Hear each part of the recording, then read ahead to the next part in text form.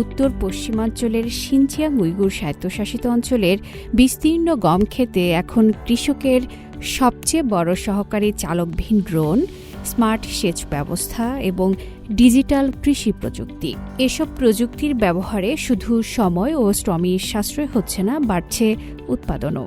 আর সেই সাফল্যের ধারাবাহিকতায় ২০২৬ সালে গ্রীষ্মকালীন শস্য উৎপাদনে নতুন ইতিহাস গড়েছে চীন।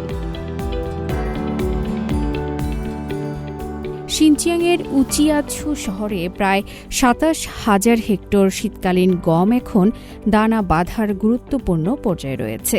এ সময় গমকে পোকামাকড়ের আক্রমণ, তীব্র গরম ও শুষ্ক বাতাস থেকে রক্ষা করা এবং গাছ নুয়ে পড়া ঠেকানো অত্যন্ত জরুরি।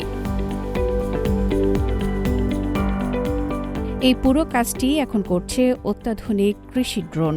নির্দিষ্ট মাত্রায় বিশেষ যৌগিক তরল পুরো জমিতে সমানভাবে ছিটিয়ে দিচ্ছে ড্রোন, যা হাতে করা সম্ভব নয় এত দ্রুত ও নিখুঁতভাবে।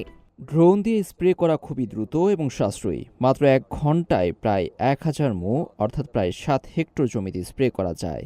এতে শ্রম ও খরচ দুটোই কমে যায়। এই মাসের মাঝামাঝি দিকে আমরা গম কাটার কাজ শুরু করব।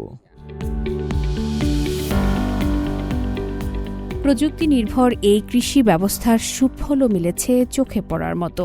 চীনের জাতীয় পরিসংখ্যান ব্যুরোর সর্বশেষ তথ্য অনুযায়ী ২০২৬ সালে দেশটির গ্রীষ্মকালীন শস্য উৎপাদন ইতিহাসে প্রথমবারের মতো ১৫০ মিলিয়ন টন অর্থাৎ ১৫ কোটি টনের সীমা অতিক্রম করেছে।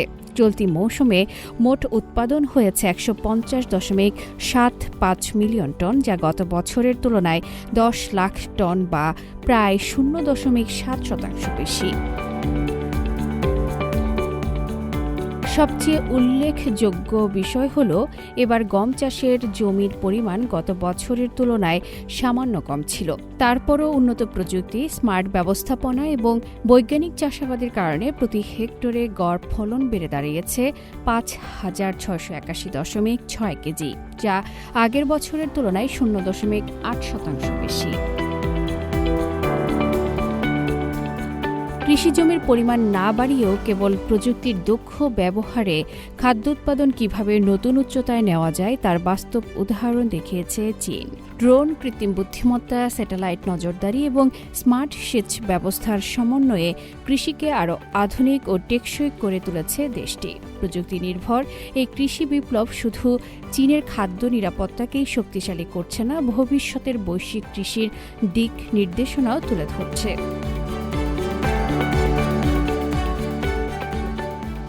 আফরিন মিম, CMG বাংলা।